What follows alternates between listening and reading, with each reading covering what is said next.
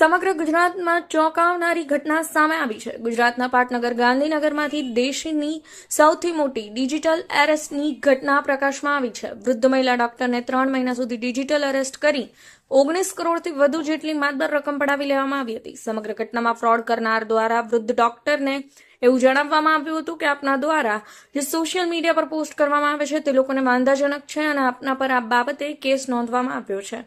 આ બાબતે આપની ધરપકડ પણ કરવામાં આવશે। આમ ડરાવી ધમકાવી મહિલા ડોક્ટરને ડિજિટલ અરેસ્ટ કરવામાં આવ્યા હતા। આ વૃદ્ધ મહિલા ડોક્ટરે સમગ્ર બાબતે બચાવવા આ ઠગારાઓને પોતાની પાસે રહેલા ઘરેણાં વેચી, પોતાની કિંમતી ચીજવસ્તુ વેચી તથા પોતાની બચત ને લોન પણ લઈ આ ઠગ ટોળકીના 35 જેટલા જુદા જુદા ખાતાઓમાં રૂપિયા ટ્રાન્સફર કર્યા હતા।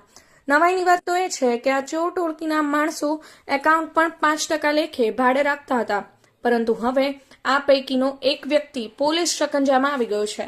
આગળ પણ અનેક લોકોના નામ પ્રકાશમાં આવે તેવી શક્યતાઓ સેવાઈ રહી છે।